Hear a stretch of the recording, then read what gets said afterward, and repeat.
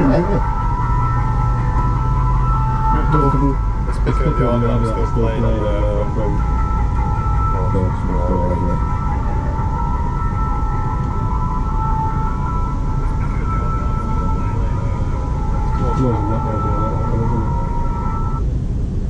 play on the background. It's not now. This is just going to some form of meltdown. So playing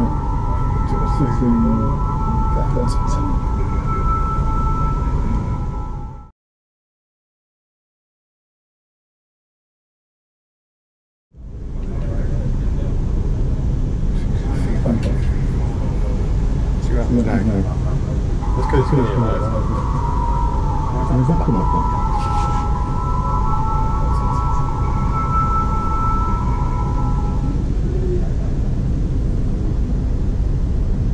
Sound delay there, that's nice.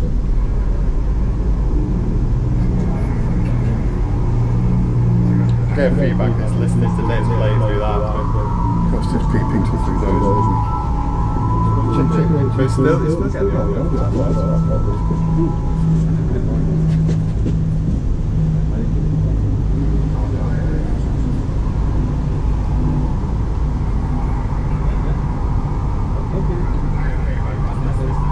That's it.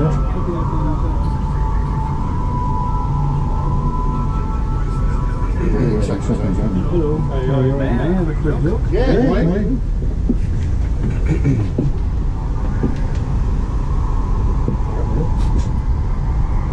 So basically what we've got here is you get feedback through here. Yeah, we're recording. Okay. Get the live feedback over the internet from what's taking place in the ambulance. Oh, okay. So we can actually move around, drive around Nottingham now, do a live simulation. Yeah. People anywhere in the world can watch it, provided they've got the link to that particular video site. That's great. Yeah, so that's the plan. You've got multiple cameras, and you can set up like TV studio as well, so you've got your description at the bottom. We can very quickly change that now.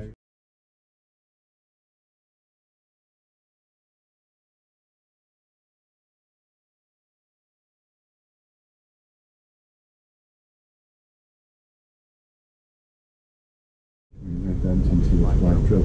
So you're straight in. If you start doing something on the patient and you're obscuring the view, again, we can just flip it all over. We get a different view. So you've got a TV studio inside a very small confined space, basically, that you can drive around and do live simulations with.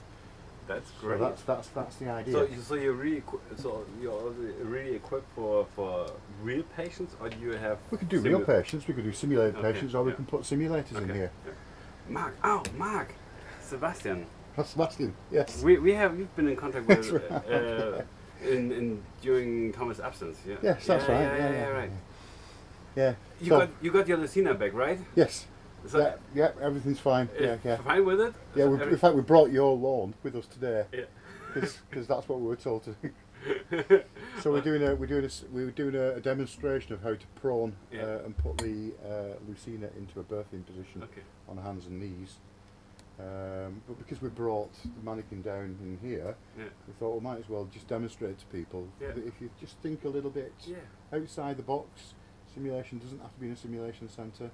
It doesn't even have to be in a building. It can be anywhere. It can be on the roadside, which is what this is about. And I have to say, there's been quite a few university paramedic teachers who've been blown away with the concept of actually running live simulations by the roadside and having a capacity to feed that back into a lecture hall, to other trainee paramedics. I mean, one of the big problems that we've got in the UK is not every hospital can deal with every type of patient. So there are these super regional centres which we have to transfer patients to. And one of the big problems that we've got is when you're transferring critically ill patients in ambulances, the people that go generally haven't got any skills training in that particular speciality. I know. I used to work as a paramedic. So there you go. Say no more. Say no more. You'd fully appreciate that. Yeah, definitely. So if we can run a training program for how to transfer critically ill patients, and then we can actually do a simulation of a transfer that goes wrong en route, and it gives people an insight to actually see the potential for things to go wrong. How when you're about to defibrillate somebody, it's such a tight little space that you're in, you know, all the confines of being in an ambulance.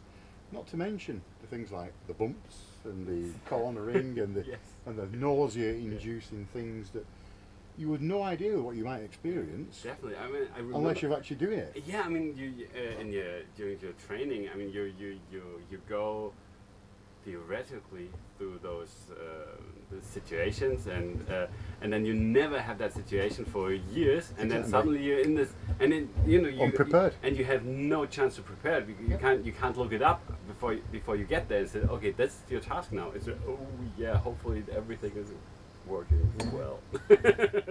So hopefully this, I mean, if things develop, this will not only become a good satellite trainer for teaching things like pre-hospital stuff. Because I mean, we could set up things like drones, you know, drone cameras. We could do full vehicle extrication training for paramedic, fire service and police. We could have each drone camera flying above each speciality, recording and analysing each speciality, all coming onto one video timeline, being fed back into a lecture hall where there may be 100, 200, might be 1,000 people watching. And the beauty of doing it over the internet is you can actually ask questions as you're going along.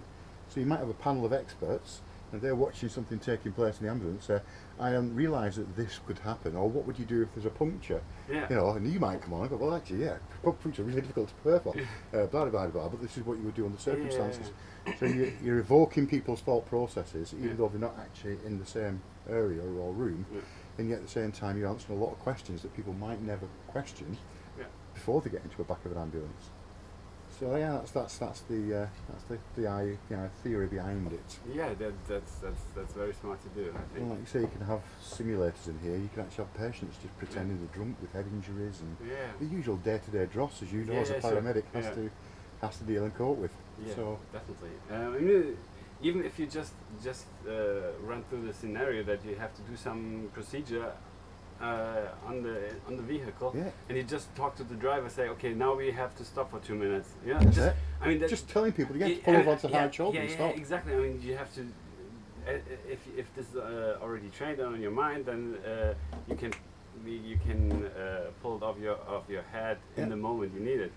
But if you right now, I would say, okay, we did this wrong. Maybe next time we should do it this way. Absolutely. Yeah, I mean that's the basic concept. And the great thing is you can, if you run a simulator, you can actually run the passenger side of the vehicle as your control room.